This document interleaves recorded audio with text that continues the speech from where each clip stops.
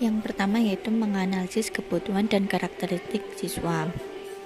Pada tahap ini, seorang pendidik harus menganalisis kebutuhan siswa sesuai dengan jenjang pendidikannya atau kurikulum yang berlaku. Setelah mengetahui kebutuhan, selanjutnya yaitu menganalisis karakteristik siswa.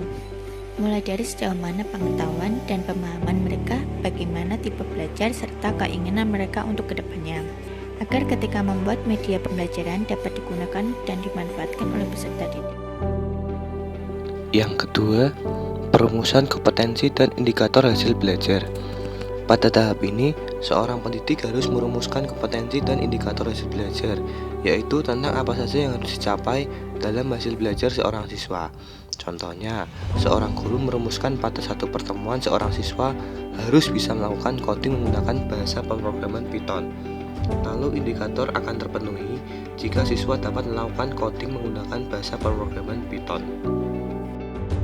Yang ketiga, pengembangan materi pembelajaran.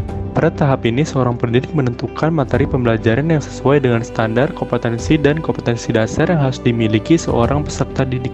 Dalam memilih materi, pendidik harus memperhatikan materi yang harus disampaikan, karena harus benar-benar menunjang tercapaian standar kompetensi, kompetensi dasar, dan juga indikator. Yang keempat yaitu perumusan alat pengukur keberhasilan.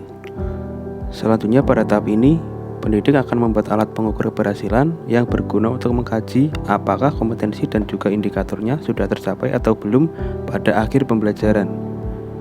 Alat pengukuran bisa berupa penugasan, ujian, tes, atau daftar perilaku. Yang kelima, penulisan naskah. Terakhir, pada tahap ini pendidik membuat naskah untuk media pembelajaran yang berfungsi sebagai pedoman atau penuntun dalam menampilkan media pembelajaran yang ada, seperti bahan presentasi untuk media visual dengan merekam suara untuk media audio, dan juga mengambil gambar serta merekam suara untuk media audio visual. Yang keenam ada produksi media. Produksi media merupakan tahap di mana media tersebut direalisasikan. Pada proses ini terbagi menjadi 3 personil, yaitu sutradara, kerabat kerja, dan juga pemain. Yang ketiganya mempunyai tugas berbeda, tetapi memiliki satu tujuan untuk membuat media pembelajaran.